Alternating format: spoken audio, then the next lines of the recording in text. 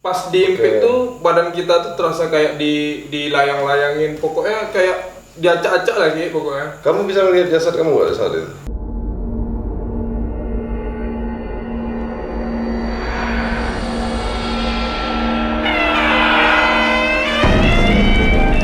Assalamualaikum warahmatullahi wabarakatuh. Kali ini kita masuk di program Bincang Astral, yang mana kita akan mengulas dari pengalaman-pengalaman seseorang tentang dunia astral. Dan kali ini kita kedatangan Fuad. Malam ini kita ditemani oleh Fuad.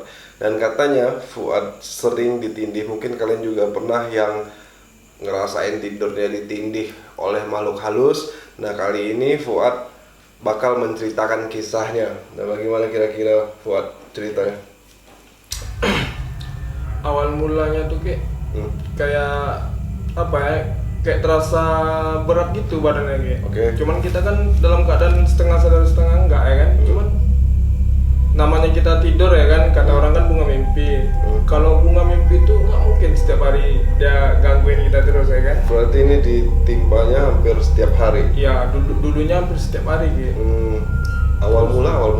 Awal mulanya waktu tidur di kamar sendiri di atas rumah kan. Terus ya tiba-tiba diimpit gitu deh kayak badan nih terasa berat kali. Berat seberat-beratnya.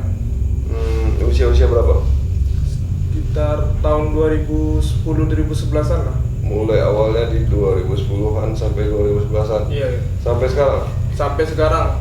Bahkan seminggu yang lalu pernah juga kepet. Baru minggu ini? Iya, baru minggu kemarin. Nah, pas saat diimpit itu apa yang dirasakan? Berat sih. Kadang kalau kita diimpit itu kan mata kita kadang kebuka, kadang enggak kan. Pas mata kita dalam keadaan kebuka tuh kayak nampak ada ular jalan atau kayak ada kalajengking, kayak ada tikus besar gitu yang jalan. Kadang kayak ada tinggi badan besar gitu kan. Cuman kita nggak nampak mukanya, nggak nampak wujudnya gitu. Berarti visual makhluk nggak kelihatan? Nggak kelihatan. Cuma yang lain malah kelihatan? Iya, yang lain malah kelihatan. Ada kelihatan alam nggak, alam sebelah gitu? Alam sebelah nggak sih, cuman pandangan kita tuh misalnya kita kan sedang nonton TV nih. TV-nya tuh nampak, cuman itulah tadi pas kadang di atas pintu tuh kayak ada yang duduk. Kayak ada bayangan orang gitu. Makin dibaca doa dia makin keras. Makin dilawan dia makin keras. Berarti udah dalam keadaan seperti itu yang kamu lakukan itu baca doa? Ya, baca doa gitu. Oke, setelah baca doa itu biasanya langsung terlepas apa enggak? Kadang terlepas kan. Mau tidur lagi kan, masuk lagi, tidur lagi, diimpit lagi. Pokoknya sampai subuh lah. Azan subuh mulai berhenti dah. Biasanya mulai mau tidur sampai azan subuh. Iya, sampai azan subuh. Berarti dalam arti kata tidur itu nggak pernah nyenyak? Ya nggak pernah nyenyak sih. Nah, kamu juga katanya berkarir di Malaysia. Di Malaysia pernah mengalami hal yang sama? Di Malaysia pernah sekali. Dulu kan pertama kali awal masuk Malaysia kan di Penang. Terus pindah ke KL. Pas pindah di Johor baru sekali kejadian di situ. Pas di Johor baru? Iya, pas di Johor. Tetap makhluk tidak kelihatan? Enggak kelihatan. Okay. Cuman kita kan dalam keadaan setengah sadar setengah enggak lagi. Gitu. Nah, pengalaman yang paling berkesan dalam artian yang betul-betul mencekam lah? Pernah di Lintau. Oke. Tepatnya di Sumatera Barat kan. Di rumah kawan. Cuman kawan itu rumahnya itu udah kosong semenjak neneknya meninggal sampai kami datang tuh belum ada yang isi. Oke. Pertama kami lah pacar telur tidur di tempat apa. Berarti rumah ini udah lama ditinggalin, tidak pernah dihuni, dan kalian yang tidur di situ kamu langsung diimpit? Iya, langsung diimpit. Tidak kelihatan juga? Kalau di situ tuh bahkan lebih jelas lagi kayak nampak burung gagak, nampak burung hantu besar gitu di atas pintu. Kayak ada makhluk besar gitu, cuman dia nggak nampakkan wujud gitu Berarti sekelabutan aja ya? Iya, sekelabutan gitu aja. Kalau biasanya kalau udah sampai ngelihat yang sisi lain, biasanya kamu juga udah keluar dari jasad? Dari jasad ya. Biasanya kayak gitu. Biasanya kalau yang visualnya diimpit itu biasanya kita fokus melihat satu makhluk yang impit kita. Tapi kalau udah ngelihat makhluk lain, biasanya kamu sampai keluar loh.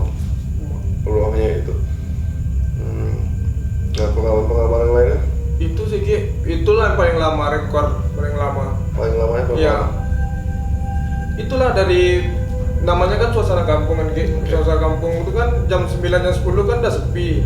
Ya udah nggak ada kegiatan, tidur sampai subuh diganggunya tuh, sampai azan. Pas pula di depan rumahnya itu ada musola kecil. Jadi pas orang azan tuh langsung kabur gitu aja, langsung sadar gitu. Nah, kejadian pertama kamu ini berasal muasal di rumah sendiri. Ya di rumah sendiri. Nah, itu kalau pindah posisi tidur masih diimpit dulu? Masih pindah ke bawah, pindah ke kamar, pindah kemana, pindah, pokoknya tetap diimpit itu. Udah pernah coba? Udah pernah. Apalagi fatalnya pas azan maghrib tuh fatal kali dia masuk tuh. Fatal gimana? Gampang kali dia saya. Baru telayang sedikit kita tidur kan langsung terasa gitu. Memang ada sih sebagian kasus yang dari gerak lambatnya ini ya informasi ke otak. Jadi ketika kita sedang mau beristirahat, otak kita mau sadar, jasad kita mau sadar, tapi informasi ini lambat dikirimkan otak ke tubuh kita, jadinya seperti kita berat. Tapi yang dialami dia ini murni saya lihat tadi murni gangguan astral gitu loh. Karena beda banget loh gitu loh. Satu lagi yang gangguan tubuh itu tidak bisa terjadi terus menerus sampai dia bilang setiap hari. Jadi dia ini seringnya diganggu hampir tiap hari ya. Pahami berat kali, rasa melangkah itu berat kali kan. Berarti di situ masih berasa di pegal-pegalnya terasa banget masih ya. pegal-pegal kali. Nah, setelah seperti itu, kamu kan jadinya hampir dikatakan kata terbiasa kan? Iya, terbiasa gitu. Ada rasa takut apa gimana? Kalau rasa takut tuh pasti ada gitu. Namanya kan kita tidur diganggu tuh ya udah mau diapain. Kalau dia datang ya udah nikmati aja. Iya gitu. Katanya kan pernah juga dengar apa dari orang kan, pendapat dari orang sebelum tidur dibacain doa, dikepas-kepas gitu kan. Ya udah saya lakukan. Tapi dia tetap gitu juga. Tetap diganggu. Iya, tetap diganggu juga. Tempat tidur udah dikipas 3 Udah kali, tetap dibacain diganggu. doa auzubillah gitu kan. Dibaca Allahu Akbar gitu pas Kibas. Tetap juga diganggunya. Tetap diganggu. Iya. Seminggu ini tapi tetap makhluk itu sekelabutan aja ya. Iya, cuman belakangan ini dia masuknya tuh nggak sampai setengah jam, paling lama 5 menit. Minggu sebelumnya ada juga semenit paling. Langsung sadar ya. Habis tuh nggak ada lagi diganggu ya. Yang durasi lama itu sempat hampir tiap hari apa sering atau gimana? Atau sekali-sekali aja yang betul-betul lama? Kalau yang paling durasi lama kayak Senin di malam Selasa lah tuh kayak rutinitas dia lah kayak gitu. Senin malam Selasa. Iya, Senin malam Selasa. Malam Selasa berarti hampir rutinitas. Kamu diganggu dan itu lama durasinya? Tergantung juga sih, kalau kita lawan ya kan, kita baca doa, kita baca apa deh kan. Kalau dia lepas pas dia mau begitu kita langsung sentak gitu aja udah langsung gitu. Tapi namanya kita ngantuk kan, kan pasti mata tuh kan terpejam lagi gitu. Pas terpejam tuh mau lagi diganggunya tuh gitu. Kadang berulang kali aja. Gangguan yang lain? Gangguan yang lain banyak sih. Cuman nggak terlalu diapakan kali lah, kayak lagi buang air kan, kayak ada yang garuk, kayak ada yang lempar batu gitu. Kadang sebelum mau tidur dengar kayak apa ya, kayak binatang kelahi di atas loteng gitu, padahal enggak sih. Nggak ada binatang. Nggak ada. Paling kalau kucing nggak kayak manusia lah, dia melangkah atau kayak apa gitu kan. Kalau kucing kan pasti suaranya agak lambat, agak pelan gitu kan. Kalau ini dia suaranya kayak orang berlari, kayak orang apa gitu. Berarti emang jelas seperti orang ya, dalam artian bukan seperti binatang berlari. Ya, biasanya kan kalau sebelum tidur kan nonton YouTube pakai handsfree kan. Kalau kita pakai handsfree itu kan setidaknya suara-suara dari luar tuh kan dengar ya kan. Pas dibuka handsfree udah hilang suara tuh, pas ditutup pakai handsfree lagi timbul lagi suaranya. Berarti suara dalam suara muncul lagi. Iya gitu. Berarti di situ kalau sebenarnya kalau difokuskan kamu malah bisa mengasah, dalam artian bisa apa ya namanya? Bisa lebih berkomunikasi. Tapi kalau nggak bisa mengendalikan ya seperti ini, jadinya nggak bakal diganggu terus gitu kan. Mungkin kalau diurut-urut lagi, mungkin dari silsilah keluarga mungkin ada pernah belajar atau gimana? Kalau keluarga sih dulu dari buyut lah, buyut di Medan ada sih. Cuman dia udah meninggal sekarang kan. Ya diwariskan sama anaknya gitu. Dan anaknya dan jalanin sekarang. Nah, Oke. anaknya pun sekarang kerjanya ngobatin orang juga sih. Di Medan. Iya di Medan. Nah, kamu pernah share nggak soal masalah ini ke dia? Nggak pernah. Soalnya kita kan pulang kampung udah lebih 10 tahun nggak pernah pulang kampung. Soalnya kampung jauh dekat arah Aceh sana, Pangkalan Susu, Pangkalan Berandan itu. Berarti yang kasus-kasus kayak ini belum ada share ke keluarga? Belum. Paling sama mama lah. Mama kan orangnya kan sering sembahyang, sering apa ya. Ya mama kalau kita nanya solusi sama dia kan, ya udah sembahyang kau katanya. Gitu jawabannya. Karena fisikal lemah mungkin sering digangguinnya atau gimana gitu. Cobalah sembahyang, zikir, doa, mungkin tak mau dia ganggu lagi. Ya betul, segala sesuatu kita memohonnya tetap kepada Allah. Ya kan, kita berasal dari Allah, tentu otomatis kita juga minta ke Allah. Tiada pertolongan yang lain selain Allah. Nah, sampai sekarang selain kamu yang tadi di Lintau, ada nggak yang sampai ngelukain fisik? Fisik sih belum pernah sih. Ada scratch, cakaran atau bekas gitu, membiru? Belum pernah sih. Belum ada yang sampai Belum ada. bekas. Cuman kalau badan ini terasa panas kali. Kadang kayak tangan ini gerak sendiri. Tak menunjukkan apa nggak tahu. Kadang dia gerak sendiri lagi.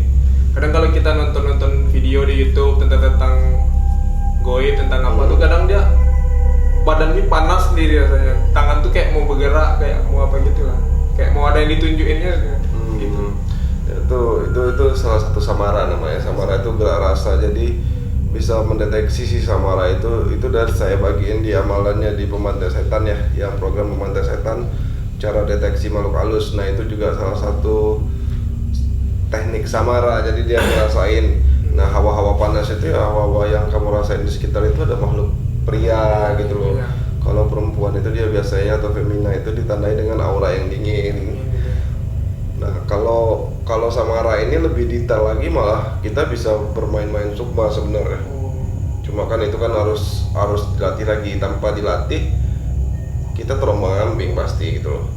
Tapi ya cukup pengalaman kamu cukup luar biasa kalau dalam arti ketindihan. Mungkin teman-teman ada yang pernah juga ketindihan, bisa menceritakan di kolom komentar kita, ceritakan pengalamannya. Mungkin nanti bakal kita ajak podcast juga. Kalau teman-teman ada yang berminat, bisa via Skype atau video call yang lainnya. Nah terus ada lagi yang mau ceritain? Itu aja lah sih Ki. Soalnya tidur tuh kalau dalam keadaan setengah sadar setengah enggak, ya itu kayak roh kita tuh dimain-mainkan sama dia Ki. Kadang disepak-sepaknya, kadang ditarik-tariknya gitu. Udah jahil ya pokoknya. Nah kejahilan ini mungkin bisa jadi satu peringatan. Bisa peringatan misalnya kamu belum ibadah atau belum sholat kan, diganggu dia gitu loh. Karena di murid-murid sini ada juga yang kita bikinkan kayak itu alarm nama istilahnya di sini. Jadi kalau mereka yang mau ritual misalnya takut sholatnya ketinggalan, diganggu, emang dibikin diganggu supaya alarm. Bisa jadi seperti itu. Yang dibilang orang tua tadi kan betul sekali kan. Kalau ada apa-apa ya sholat, doa, minta sama Allah, itu betul sekali sebenarnya. Ya itulah tempat kita mengadu satu-satunya selain orang tua kan. Nggak nyangka aja sih Ki. Kalau dalam keadaan tidur tuh mata kita kan terbuka sedikit tuh Ki. Nampak misalnya kita kayak nonton TV itu kan nampak Ki. Jelas kayak ada lipan jalan besar gitu, kayak ada tikus, kayak ada yang mau nyerang gitu. Pokoknya banyak lagi kejadian.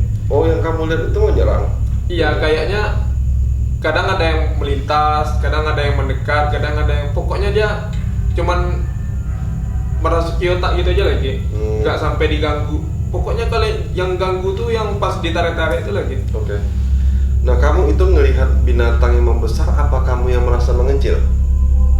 Visualisasinya? Binatangnya membesar sih.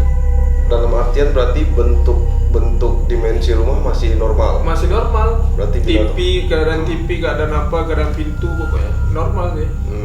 Bukan visual kamu yang mengecil ya? Memang pengujutan mereka gede-gede.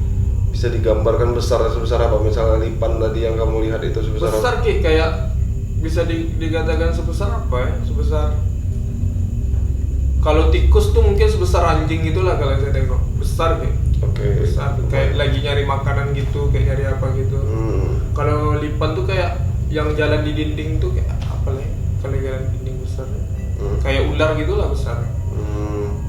Soal ditindih itu kerasa nggak sih takutnya apa gimana gitu? Terasa takut, kata orang kan kalau semakin kita lawan kan efeknya kan ke badan kita sendiri katanya, bisa meninggal orang katanya. Kalau makin kita lawan makin apa?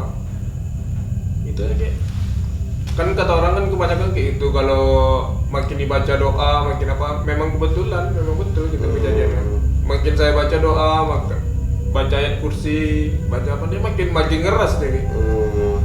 Nanti dia pas timenya dia mau keluar mau apa gitu kan, harus kita sentak gitu, baru dia sadar kali lah. Berarti kamu berusaha menyentak bagian tubuhnya. Ya, pernah juga sih nonton dari artikel atau dari mana kan, yang harus digerakkan dulu kan katanya jempol kaki atau jempol tangan gitu. Dan tergerak itu pasti dia kabur gitu aja. Nah, kamu udah pernah coba itu? Udah pernah. Cuman usaha mau menggerakkan kedua tangan itu susah kali. Soalnya kita ditindih itu berat kali rasa badan gitu. Ngangkat tangan ini kayak rasa-rasa mengangkat rumah gitu lagi. Berat kali lah pokoknya. Jadi tetap usaha menggerakkan jempol pun masih diganggunya gitu. Pokoknya lah luar biasa lah pokoknya. Pernah juga sih tanya sama orang, katanya pengikut, katanya yang penunggu rumah atau memang yang jahil gitu. Cuman namanya di mana tempat tidur selalu digangguin kayak itu, kadang ada yang percaya ada yang enggak juga sih. Ya, berarti usaha kamu ya. saat ini saat diimpit itu selain mau gerakan itu sama baca doa apa lagi? Ya udah lemaskan badan gitu. Berarti pasrah. Iya, pasrah, lemaskan kali, selemas-lemasnya ada, nanti dia cabut sendiri tuh kayak. Berarti tinggal nunggu itu ya, tinggal nunggu kamu lemas. Ya nunggu lemas, cabut ya kan, dah langsung sadar. Cuma kan buka atau apa gitu. Dengan begitu kan kamu malah menyiksa diri menurut saya. Dalam artian satu tidur nggak nyenyak. Iya. Badan pun kita pagi misalnya mau ada kerjaan jadi pegal-pegal, jadi malah nggak ini kan. Betul. Kalau kita pasrahkan dengan kayak gitu malah menyiksa diri kalau maksudnya pasrahnya tuh kayak mana? Dilemaskan kayak biar dia keluar gitu. Ya kalau keluarnya bentar, kalau yang satu harian kayak kemarin. Ya kayak itu tuh memang nyiksa kali tuh kayak. Soalnya kan di kampung orang juga kan, namanya kita diajak pergi liburan sama orang, ya udah. Oh itu jatuhnya lagi liburan. Lagi ada acara nikahan kawan dulu kan. Pergi sama dia. Diimpit itu yang rekor paling lama. Itu rekor paling lama, yang paling banyak nampak situ lagi. Dan kamu sedang diimpit itu pernah berusaha teriak atau apa? Mau berusaha teriak pun nggak bisa gitu. Suara kita nih kayak ditahan gitu, kayak mana gitu lah. Memang nggak bisa berbuat apa-apa lagi, cuman baca doa apalah biar dia pergi, biar dia cepat apa gitu. Nah teman kamu juga nggak ada yang sadar saat itu? Teman lelap dia tidur gitu. Cuman pas udah bangun saya ceritain kayak gitu. Kok saya nggak ada terjadi apa-apa kalau ini, pokoknya gitu lagi. Dan dari pihak keluarga nggak ada pernah dengar yang aneh-aneh tentang kamu, misalnya kamu lagi tidur, lagi gelisah-gelisah gitu? Pernah sih, kata adik cewek sih, katanya kau tadi tidur suara kau kayak singa, kayak apa gitu lah katanya. Nafas gitu. Cuman kan namanya saya kan orangnya nggak gampang percaya sama orang gitu kan. Katanya kamu tidur sering ngerok, coba lah di videoin. Pas momen itu tuh nggak tervideo kan sama dia sih. Jadi percaya nggak percaya lah. Nah yang sebelumnya nggak ada di videoin juga? Yang sebelumnya nggak pernah. Pas ngigau aja sering di videoin. Pas dengar suara kayak harimau, kayak singa gitu, nggak sempat dia videoin. Keburu sadar tidur. Oke. Berarti keluarga juga udah ini ya? Udah itu juga. Udah dengar yang kayak gitu-gitu udah kayaknya udah biasa dengan udah kamu. Biasa, apalagi kalau mama kan, mama dari keluarganya rata-rata kayak gitu semua, kayak dari nenek, dari apa ya. Soalnya kampung kami itu tempat orang berobat, di situ di rumah kami itu lagi. Berobat kan? Ya kayak misalnya kayak ada anak kecil kesurupan, kayak ada orang pelasik, kayak ada orang apa gitu. Di rumah tuh lah tempat obat itu. Jadi kalau mama digangguin ngelihat-lihat yang itu tuh udah biasa. Di rumah yang di sini apa yang di kampung? Yang di sini. Oh, Yang ngobatin siapa dulu? Yang ngobatin siapa dia? Ya maksudnya jadi tempat orang berobat itu. Nenek. Oh nenek. Iya nenek yang ngobatin. Nenek udah nggak ada lagi ya? Udah di surga yang gini.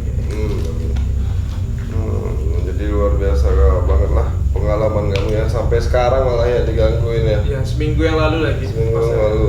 Tapi bentar ya. Bentar sih, 5 menit lah, nggak sampai 5 menitan lah. Biasanya mau 3 jam, 2 jaman gitu baru pam sadar gitu. Langsung pindah posisi tidur atau ngambil air wudhu, atau bawa zikir atau bawa apa. Kadang bicara-bicara dalam hati tuh kayak. Kadang ngomong sendiri dalam hati pas dalam keadaan tim itu. Pokok pakai bahasa Minang lagi. Bicara-bicara lah, aku nggak pernah ganggu kalian. Jadi jangan ganggu aku bilang. Aku bilang kayak gitu kayak. Ya kan udah emosi gitu. Kalau dia berwujud, kalau sesama manusia mungkin bisa kita ladenin dia kan gitu. Kalau dia kayak gitu tuh kayak mana caranya coba? Apalagi saya yang kosong kan, nggak punya apa-apa gitu kan. Kalau nyata mungkin bisa diajak duel gitu kan, nggak apa masalah kok bisa gangguin kayak gitu terus kan. Ya, tidur soalnya waktu yang sangat berharga kan, bisa kita mengumpulkan energi lagi, bisa mengumpulkan power lagi, bikin relaksasi. Tanpa tidur kita juga bisa bakal stres dan tegang pasti ya. Ya, pengalaman Fuad ini merupakan yang inilah ya, karena kasus yang saya temukan paling di Impit ini jarang banget, palingan durasi 1, 2, 3 kali aja. Dan si Fuad ini hampir setiap hari loh di ini kan, sampai dia berkarir di Malaysia juga masih di Impit ya. Nah itu tadi sebenarnya untuk begini kita nggak perlu takut. Betul yang dikatakan ibunya dari Fuad tadi, ketika sedang ada masalah kita ya berwudu, kita sholat, kita berdoa, kita zikir. Ya itu tadi saya bilang, kita minta hanya kepada Allah dan kita kembali kepada Allah, karena kita juga berasal dari Allah. Jadi ke siapa lagi yang kita minta? Oke, terima kasih Fuad. Pengalamannya luar biasa. Jadi bagi kalian, sekali lagi saya bilang, jika ada yang memiliki pengalaman yang sama, silahkan tulis di kolom komentar. Mungkin bisa berbagi dengan teman-teman yang lain. Saya Ki Ageng Pramonajati, saksikan terus Bincang Astral.